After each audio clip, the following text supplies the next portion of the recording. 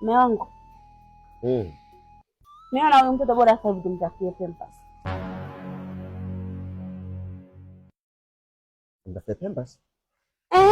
Kwa sababu wewe uangalia, nikiingia chooni ninakaa masaa 100. Haja yangu, haja yake. God have mercy upon us. Yaani nimekojoa bonge la kojo. Kikwambia haja kubwa. Sasa huyu tukishamtafutia Pampers, kidogo mimi mmaga atakuwa ananipunguzia kazi, kwa sababu unafikiri chooni mtu unaganda masaa 100. Mtoto kashakuwa mkubwa huyu. Tukimvisha Pampers kidogo itakuwa afadhali. Ile mke wangu asona vitu. Sasa mtoto hata hajazaliwa kabisa. Pampers kazi gani sasa? Majalo, yani unapenda tubishane kwa vitu vidogo. Mimi ndo mama, mimi ndo nilembeba mtoto katika tumbo langu. Sasa mimi ndo ninajua nini mtoto anataka. Wewe nishakwambia, kaninunulie Pampers, nataka mtoto leo avae Pampers. Sasa mke wangu, hiyo Pampers mtoto anavaje tumboni sasa? Mimi sitaki kujua atavaje. Wewe nenda kanichukulie Pampers alafu kija mtaani. Nenda.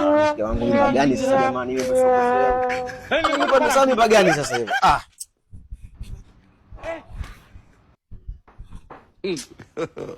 God have mercy. Nyingine basi nalo unilete, manake heshima jambo.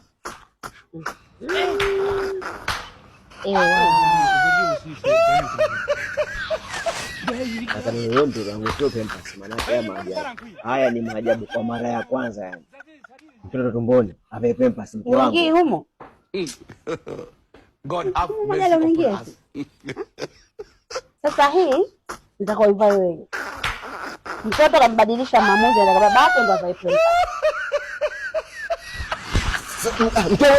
Mke wangu sasa navae Pampers jamani ukubwa wote. Mke wangu bwana wabu anazuri bwana.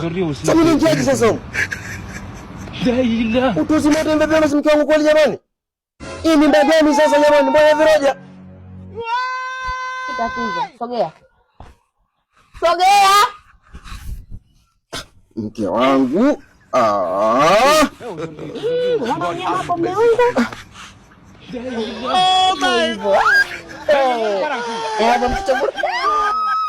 Kama na babake kavaa Pampers. Tabasamu kidogo. Tafazi, tafazi. Mimi ndio nishaje tu tunisia.